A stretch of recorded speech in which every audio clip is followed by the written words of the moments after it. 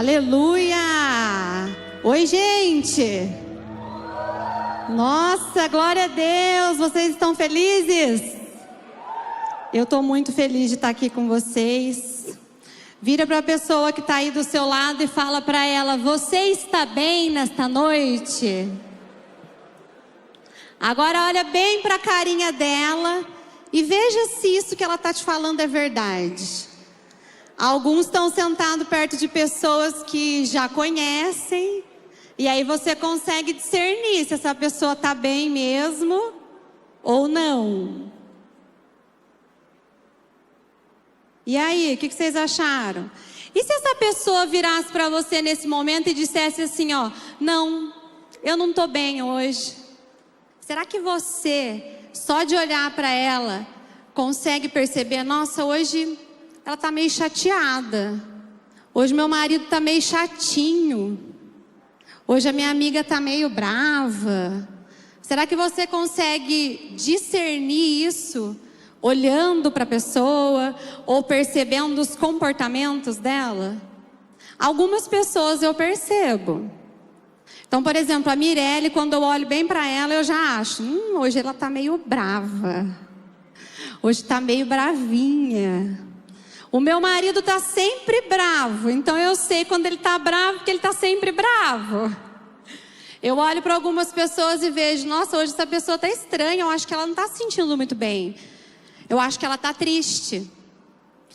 E algumas pessoas você não consegue saber. Vocês já repararam nisso? Existem pessoas que são especialistas em esconder o que elas estão sentindo. Então existem pessoas que se tornaram especialistas em esconder a fisionomia, e aí ela veste uma máscara e ela está sempre bem. Vocês conhecem alguém assim? Alguém conhece alguém assim? Ninguém conhece alguém assim, só eu. Quem aqui já disse assim, ó: eu estou bem hoje, mas no fundo estava muito mal? Alguém aqui já passou por isso? Alguém aqui já fingiu força quando estava verdadeiramente derrotado? Alguém aqui já fez isso? Ou alguém aqui já teve muito medo de alguém descobrir algo sobre você? Será que em algum momento da sua caminhada você pensou: eu não quero que as pessoas conheçam isso, porque esse meu lado é muito feio. Esse meu lado não vai agradar as pessoas. Então eu não quero. E a maior prisão de muitas pessoas não é o pecado, é o segredo. Tudo que você leva em segredo aprisiona a sua mente. E a gente percebe que tem muita gente vivendo assim. Por fora está tudo bem, então ela vem na igreja, ela dá risada, participa dos ministérios, das comunhões. Hoje tem churrasco aqui, quem vai ficar para a comunhão? Aleluia! E é nessa hora que essa pessoa está bem, ela está feliz. Ela serve, ela é disposta. Ela posta muitas fotos em que ela tem um filtro. Então ela fica bonita. Ela nunca está apática. Mas por dentro carrega coisas que ninguém sabe. Então carrega... Tem medo de contar, né? Tem medo que as pessoas descubram isso. E a gente sabe que a gente vive na geração hoje do filtro. Numa geração em que a gente consegue maquiar as coisas e controlar as coisas ao nosso favor. Então a gente vive com uma aparência, numa performance e até mesmo numa espiritualidade editada. Você posta o seu story e você dá um check pro seu líder: ó, eu fiz o meu devocional, hein, galera? Tá em dia. E muitas vezes só durou o momento daquele story. Então foi naquele momento que você postou uma canção que você ouviu, que você postou ali uma foto da sua Bíblia, do seu livro. E durou só aquele momento. Então nós aprendemos a editar as nossas fotos. E nós também aprendemos a editar as nossas emoções. Então nós passamos dias e dias editando aquilo. E mostrando para as pessoas aquilo que a gente quer que eles conheçam. Isso nos deixa confortável, com uma aparência confortável, mas a nossa mente, ela está aprisionada. Em Salmos 32, do 3 ao 5, diz assim. Ela fez assim para mim, tá? Vou esperar.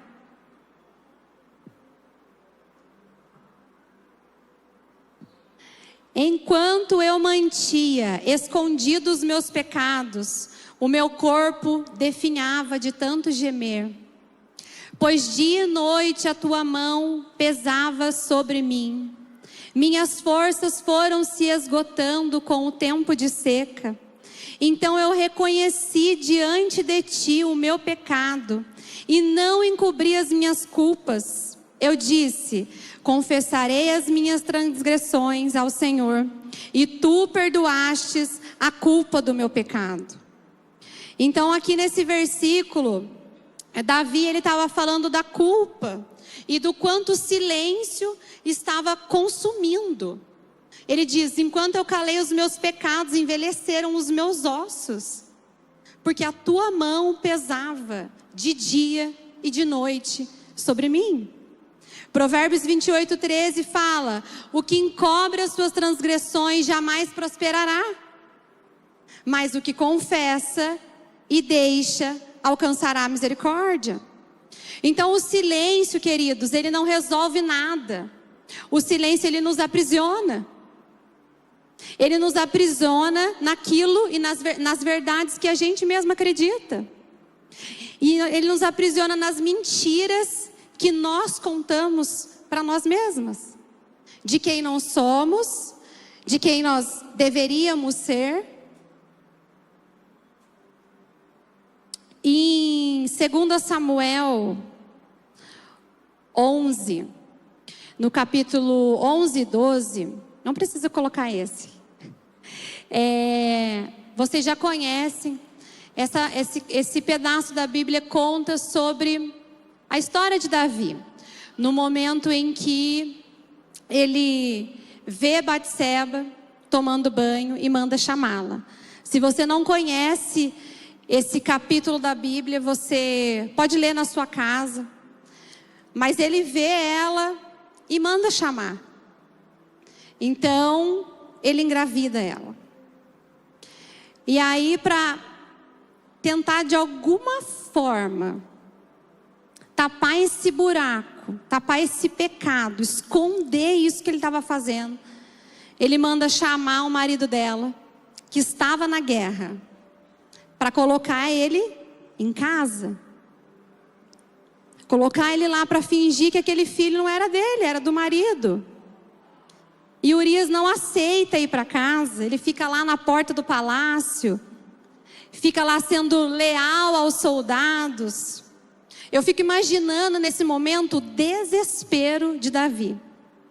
Ele mandou buscar o seu guerreiro fiel lá na guerra, porque ele bolou um plano na cabeça dele, de que daria muito certo.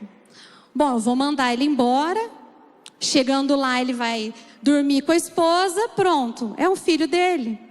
E ele não vai embora, ele fica lá. Não contente de pensar num plano muito estratégico, não deu certo. Ele ainda tenta, vai embora, e ele fica lá na porta do palácio. Pensou, e agora, o que eu vou fazer? Eu preciso matar esse homem. Não tem outra coisa que eu possa fazer. Sem sujar as mãos, ele avisa, coloca ele lá na frente, manda ele de novo para a guerra, coloca ele na frente da batalha. E vamos recuar, para que ele morra. E aconteceu. Então ele bolou um ótimo plano. Escondeu de todas as pessoas. Assim que Urias morreu, ele tomou a esposa dele para ele. E ele tinha um bom plano. Diante das pessoas, isso estava funcionando muito bem. Pegou a mulher lá para ele já morreu mesmo, então eu vou ficar com ela para mim. Veio consequências depois disso, mas a verdade é que nada pode ser escondido de Jesus. Ele conseguiu, o plano dele deu muito certo. Mas e como que estava o coração de Davi? Olha o que ele fala aqui.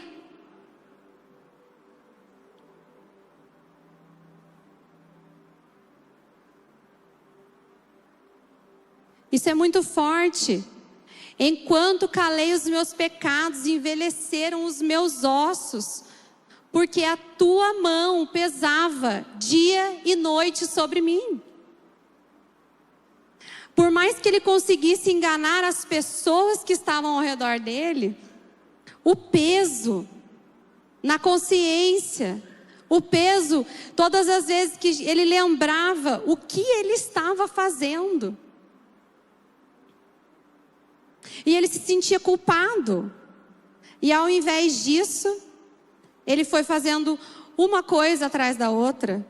Então eu vejo que Davi, ele olhou para essa mulher, ele desejou essa mulher, ele pecou e ele tentou esconder.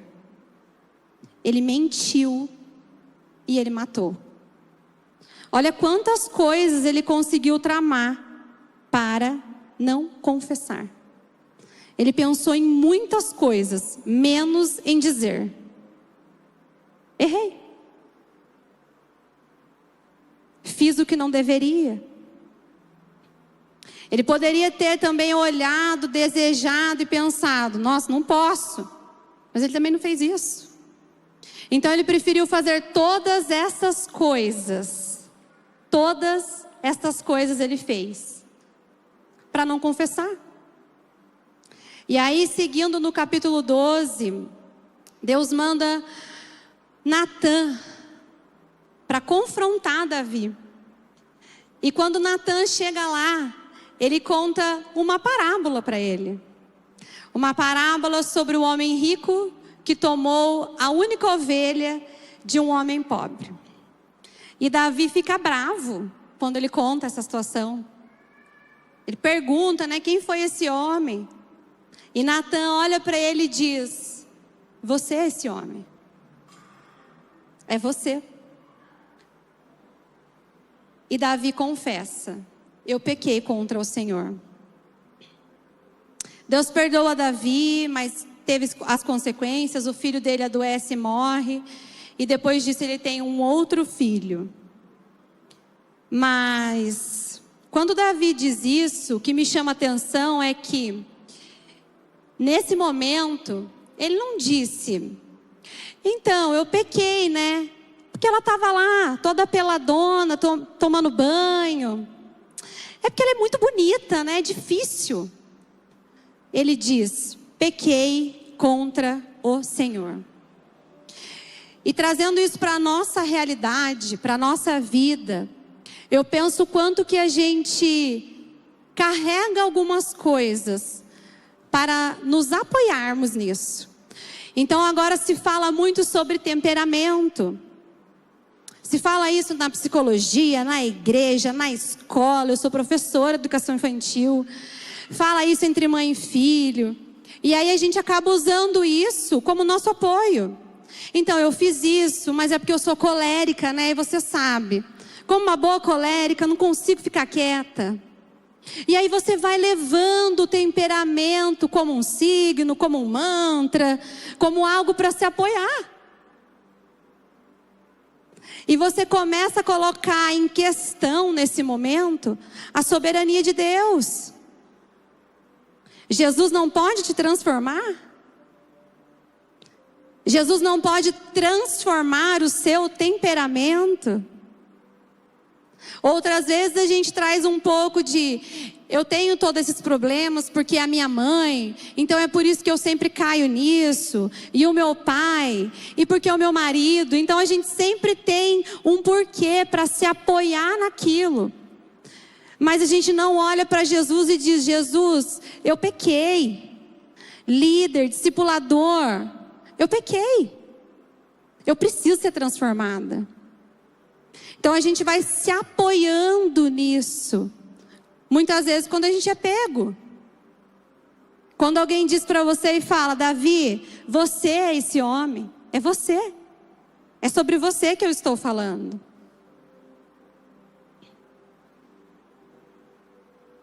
Então a gente se agarra a um motivo para ser quem nós somos. E o real motivo deveria e deve ser Jesus. E Jesus transforma pessoas. Aleluia. Jesus cura pessoas. Jesus sara. É esse Jesus que nós estamos servindo. É para esse Jesus que você fala: Jesus, para ti toda a honra e toda a glória. Jesus, eu vou te servir até o fim. É para Ele, dono de toda a soberania.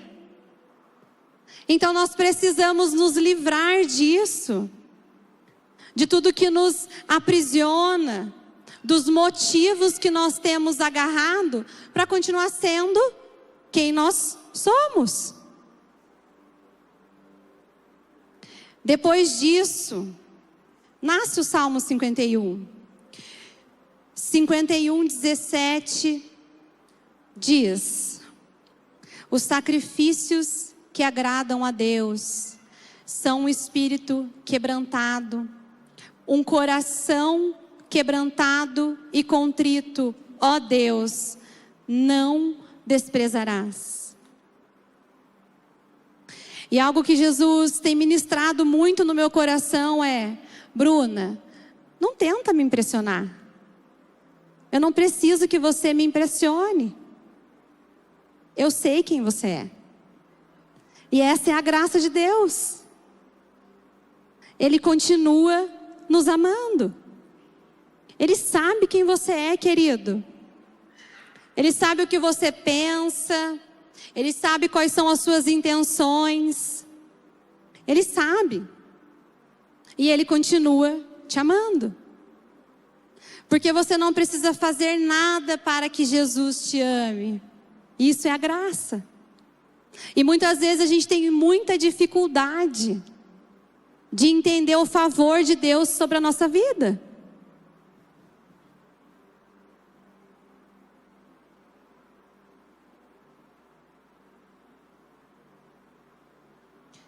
Em Miqueias fala que o Senhor não permanece irado para sempre, mas Ele tem prazer na misericórdia. E sabe, querido, você não é o filho 3.746 de Jesus. Você é único para Ele. Ele pensou em você. Ele não pensou na pessoa que está do seu lado. Ele pensou em você. Você não tem que pensar nesse momento: nossa, era bom se uma outra pessoa estivesse aqui agora. Nossa, seria tão bom se fulano estivesse aqui ouvindo isso. Não, Ele pensou em você. Ele pensou como você seria, quais seriam as suas características, qual o temperinho que Ele colocaria em você. Essa aqui vai ser mais falante, então ela vai ter mais abertura para falar com as pessoas.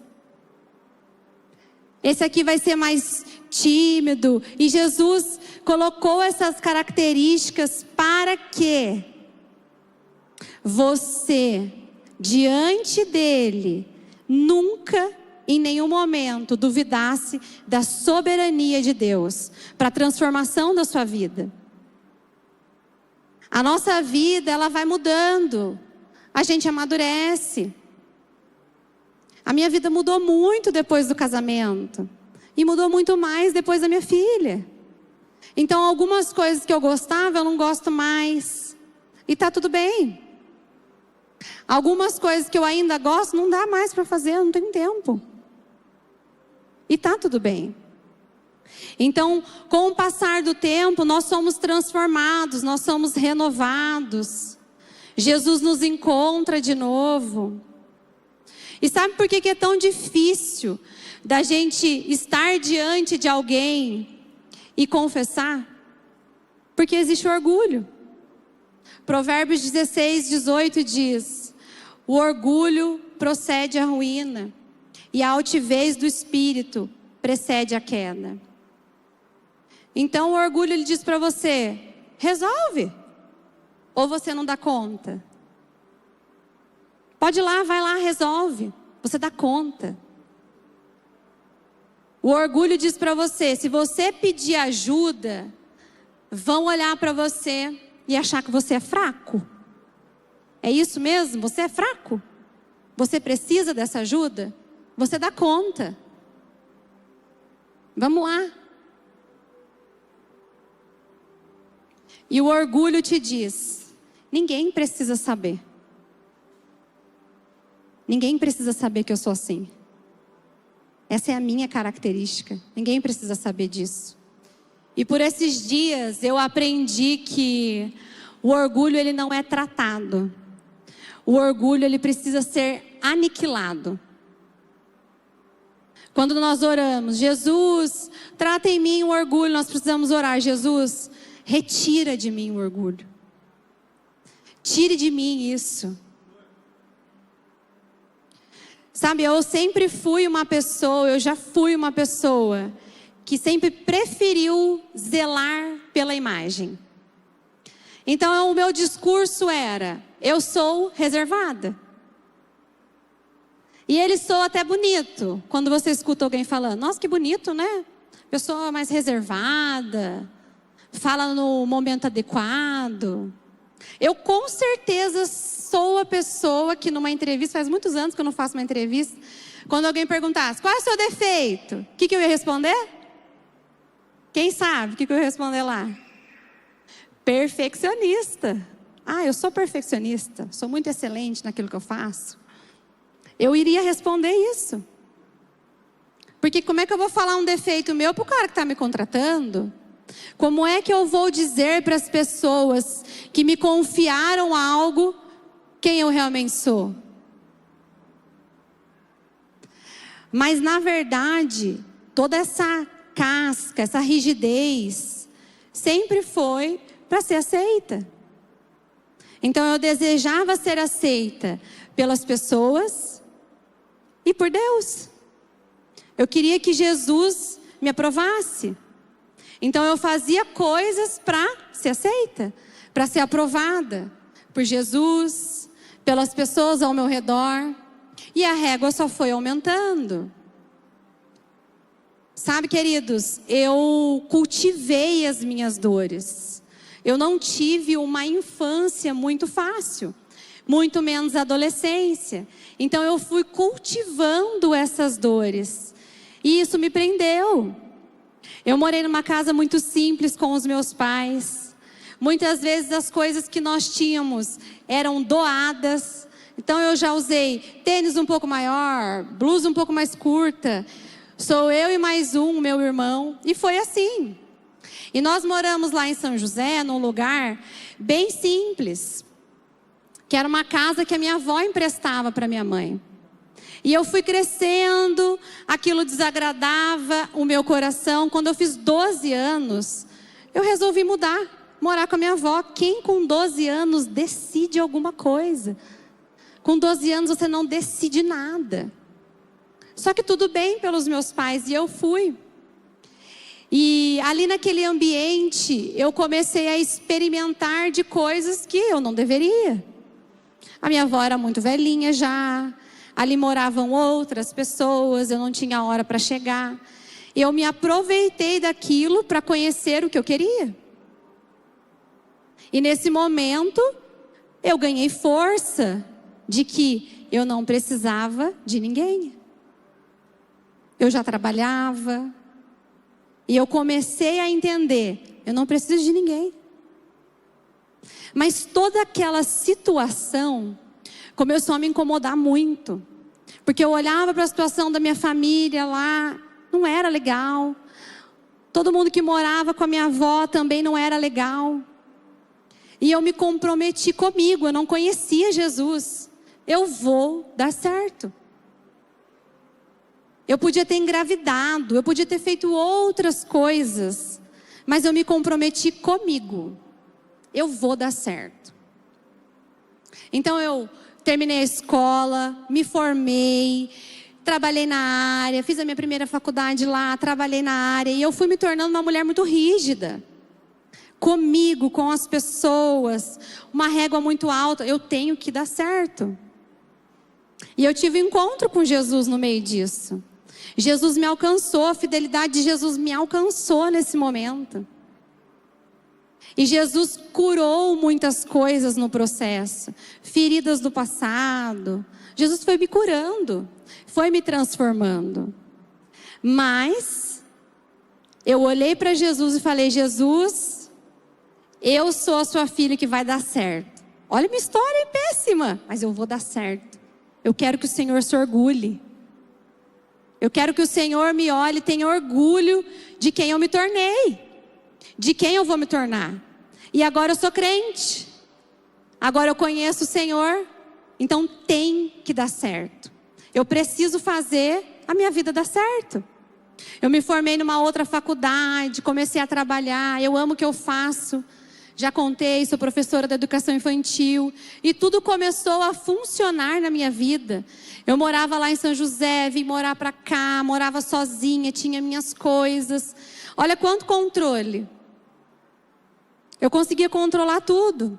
O dinheiro, pagava aluguel, resolvia tudo. E mais uma vez, o sentimento de que você não precisa de ninguém começou a tomar conta do meu coração.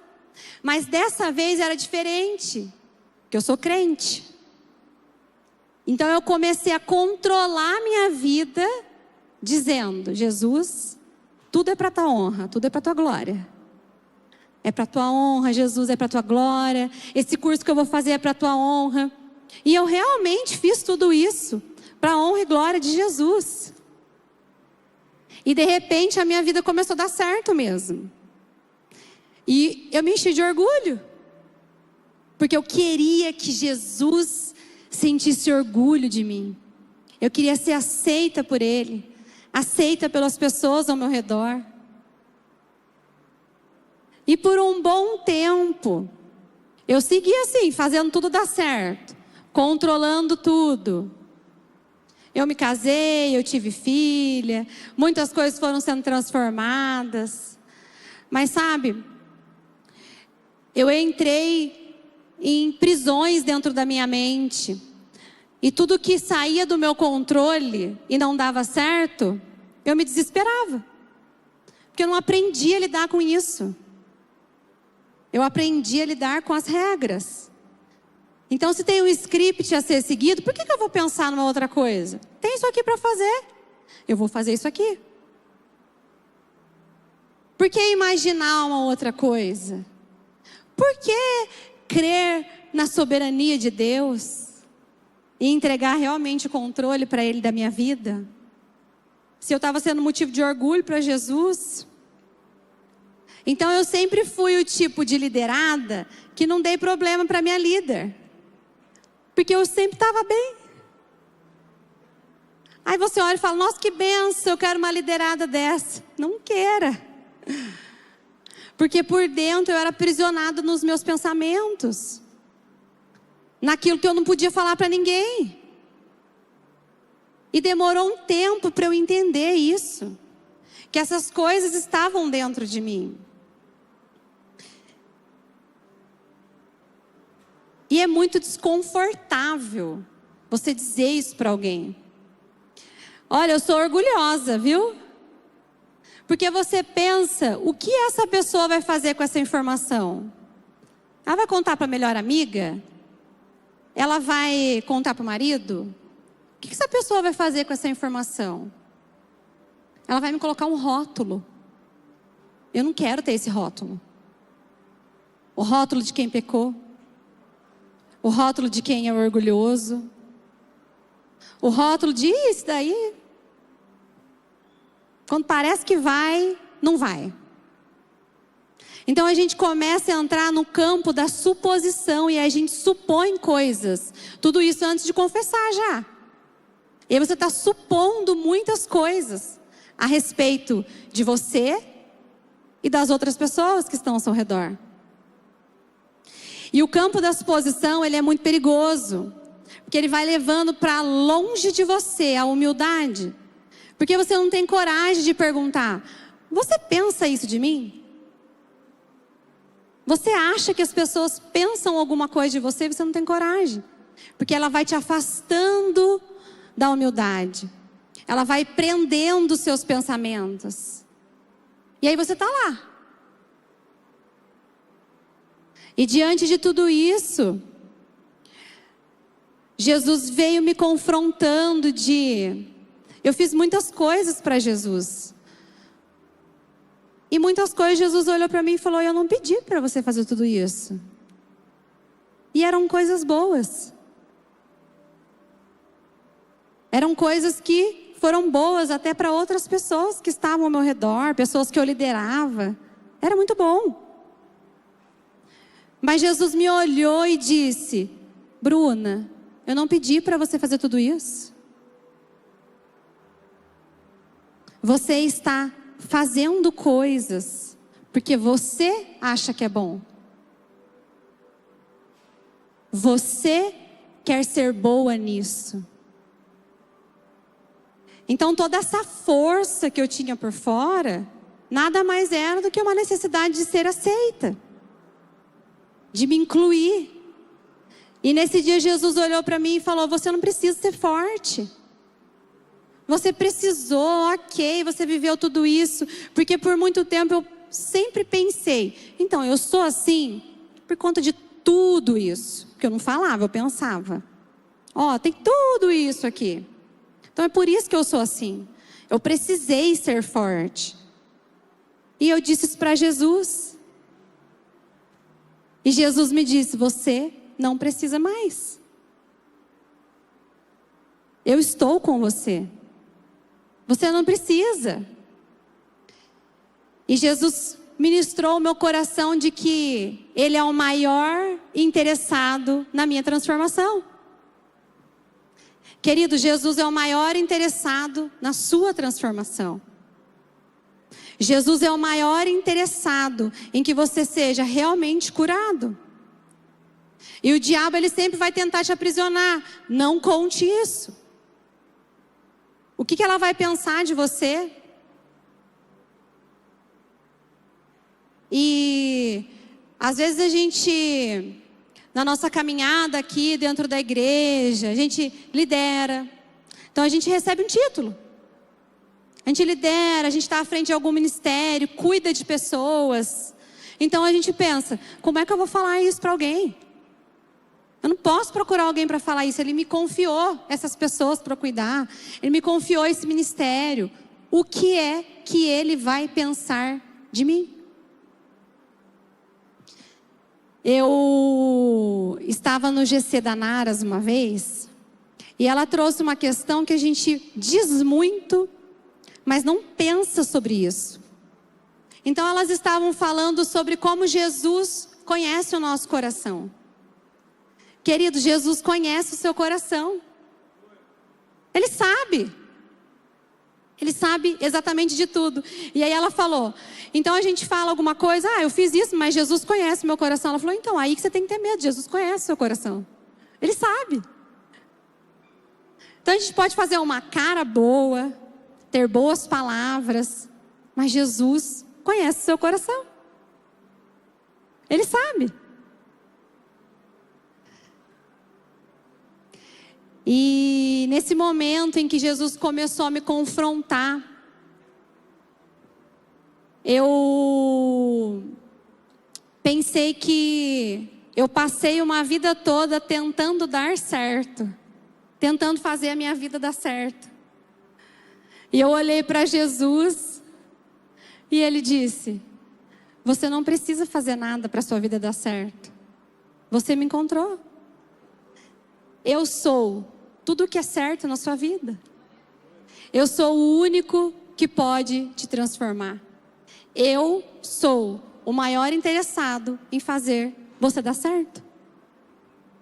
Em fazer você dar frutos. frutos que permaneçam para a glória de Deus.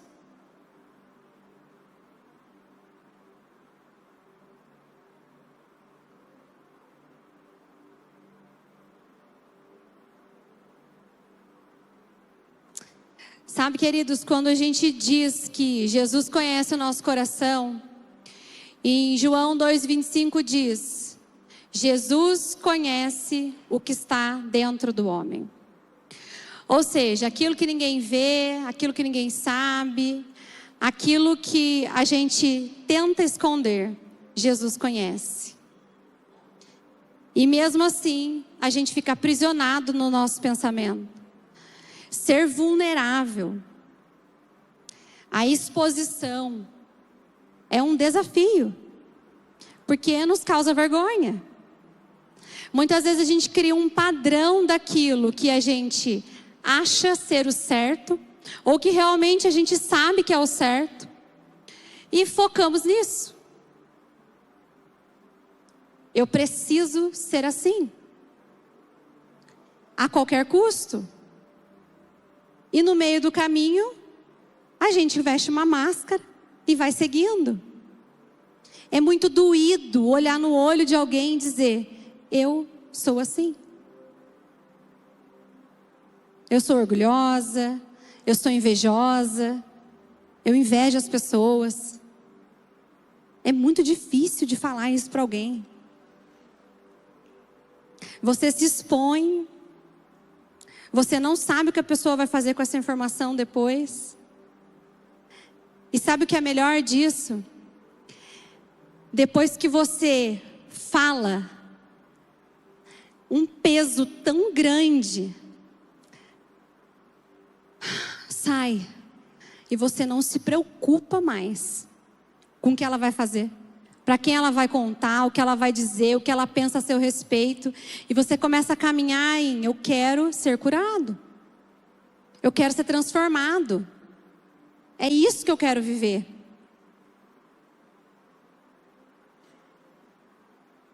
E você começa a perder o medo, sabe? O medo das pessoas não te respeitarem mais, ou de decepcionar algumas pessoas. Porque muitas vezes a gente não diz coisas porque não quer decepcionar alguém. Poxa, essa pessoa confiou tanto em mim, eu não posso decepcionar ela. Eu preciso continuar liderando esse GC a todo custo. Eu não posso dizer para ela que eu penso isso. Medo de manchar a sua imagem, porque você sente que precisa preservar isso. Você sente, mas Jesus nunca te pediu isso.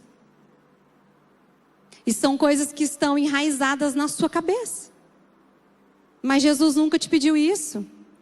O que Jesus disse foi: negue a si mesmo, tome a sua cruz e me siga. Isso significa: deixe de viver a sua própria vontade. Não deixe o orgulho e o pecado governar a sua vida.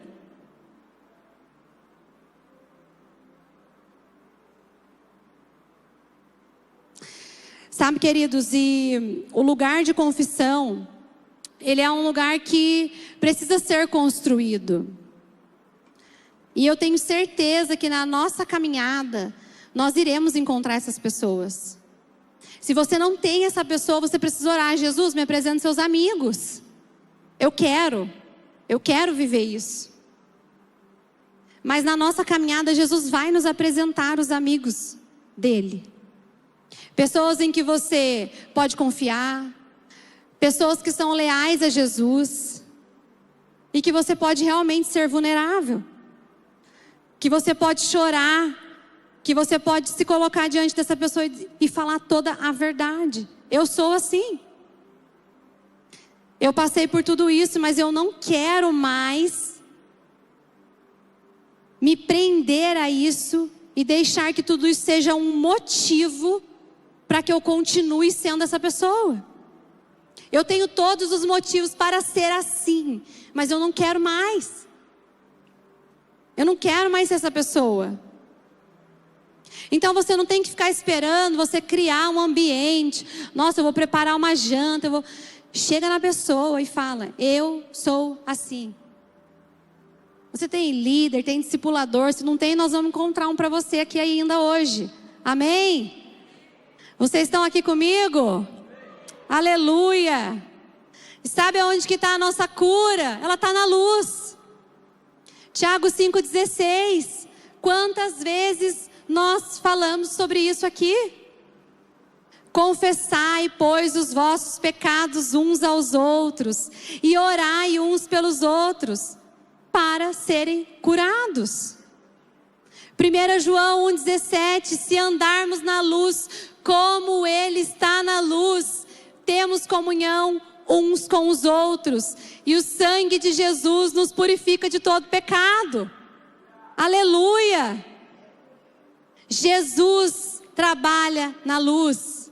Quem trabalha no segredo e no secreto é o diabo. É ele que trabalha com segredos. Ele se aproveita disso que você pensa e sente para infiltrar na sua mente ainda mais coisas. E quando você vê, você está completamente aprisionado, tentando controlar todas essas situações. O louvor pode vir aqui para me ajudar. E todas as vezes que a gente controla as situações, a gente está dizendo para Jesus: eu não acredito, eu não confio na sua soberania. Eu não confio em você, Jesus. Eu vou fazer isso, porque eu sei o que é bom para mim. Eu quero dar certo. Eu vou fazer dar certo, Jesus. Só que do seu jeito é muito doloroso. Do seu jeito eu tenho que me expor. Do seu jeito as pessoas precisam saber o que eu penso e quem eu sou. Sabe, essa é uma palavra muito simples, muito clara, porque é algo que eu vivi. Essa palavra, ela fala da minha transformação, do lugar onde Jesus me levou. E Jesus, queridos, ele também foi vulnerável. Em Mateus 26:38 ele fala: minha alma está profundamente triste até a morte. E se Jesus expressou dor, por que a gente insiste em fingir força? Por que a gente insiste em ser forte? Sabe, se coloque de pé, queridos. E eu queria que nessa hora a gente começasse a pensar o que tem nos controlado, o que tem dominado a nossa vida. Sabe, será que nesse momento nós estamos aprisionados em um vício? Pornografia, drogas. Sabe, será que a gente está aprisionado em outras coisas que se relacionam a um vício? Será que nós estamos aprisionados no orgulho? Ou numa identidade ferida? Um pecado secreto? Ou será que nós estamos aprisionados ao nosso título? Eu sou líder, eu lidero um ministério. Bom, agora que eu comecei a cantar, agora que eu comecei a fazer isso. Ou será que nós estamos aprisionados a uma imagem a zelar? Ou a um medo? A palavra de Deus diz que no amor dele não há medo, que o perfeito amor lança fora todo o medo. Então, se você tem medo que alguém saiba quem você é, se você tem medo de olhar para alguém e dizer: essa é a minha verdade, eu preciso de ajuda, nessa noite eu quero orar por você, para que esse medo vá embora, e que você deixe a soberania de Jesus controlar a sua vida. Porque você pode continuar escondendo, você pode continuar controlando, ou você pode confessar e permitir que Jesus realmente te cure. Sabe, esse não é um lugar em que você precisa pensar se as pessoas estão te olhando. se as pessoas estão te analisando, se você tem um título. Esse não é o momento para isso. Esse é o momento para você se colocar diante de Jesus, o maior interessado na sua transformação, e dizer: Jesus, essa sou eu, esse sou eu, e eu não quero mais ser assim. Porque tudo aquilo que você esconde te controla. Tudo aquilo que você esconde te controla. Mas tudo aquilo que você confessa, você dá lugar para o Espírito Santo te curar. Você dá lugar para o Espírito Santo agir e te transformar. Então feche seus olhos, querido. Eu quero orar com vocês agora. E eu quero pedir que, como um ato de coragem, entregando todo o controle nas mãos de Jesus, que você venha aqui à frente, que você se ajoelhe diante do altar e que você peça para Jesus: Jesus, eu não quero mais ser essa pessoa. Eu preciso ser transformado. Eu não quero carregar esse orgulho, Jesus, de dar certo. Jesus, eu não quero carregar esse vício, eu não quero carregar esse pecado. Eu necessito da sua presença. Eu necessito que o Senhor venha aqui e faça alguma coisa. Espírito Santo de Deus, agita as águas nesse lugar, Pai, e nos transforme, Jesus, naquilo que o Senhor quer que a gente seja, Pai. Em nome de Jesus, Pai, que agora todo medo, Senhor, de errar vai embora. Todo medo, Jesus, de não conseguir vai embora. Senhor, nós pedimos agora, Jesus, que se pessoas aqui, Senhor, estão presas, Pai, em vícios, em pecados, Senhor, que o Senhor venha libertando, Jesus. Nessa hora, Jesus, nós pedimos que todo orgulho vá embora, Senhor. Senhor, nós não queremos nos vestir de máscaras, Pai. Nós queremos ser transformados pela renovação da Tua palavra, Jesus. Espírito Santo de Deus, toca agora, Senhor, naquilo que nós não permitimos até hoje, Senhor. Toca agora, Jesus, naquilo que nós tentamos esconder, Pai. Mas nós declaramos agora, Senhor, que diante de Ti, Jesus, nós nos rasgamos, Pai. Nós rasgamos as nossas vestes, Jesus, porque queremos ser transformados. Queremos ser curados, Jesus, pela Tua palavra, Senhor. Queremos ser curados pelo Seu amor, Jesus. E nós queremos ser verdadeiros diante do Senhor, Pai. Senhor, nos transforma, Jesus. Entregamos o controle, Jesus, da nossa vida em Suas mãos, Pai. Entregamos todo o controle, Senhor. Senhor, entregamos agora os nossos achismos, Jesus. Tudo que nós pensamos em Suas mãos, Jesus. E nós clamamos, Senhor, coloque em nós as Suas verdades, Jesus. Coloque em nós, Senhor, as verdades que o Senhor tem sobre nós, Pai. Nós precisamos do Senhor, Jesus. Nós precisamos do Senhor, Jesus.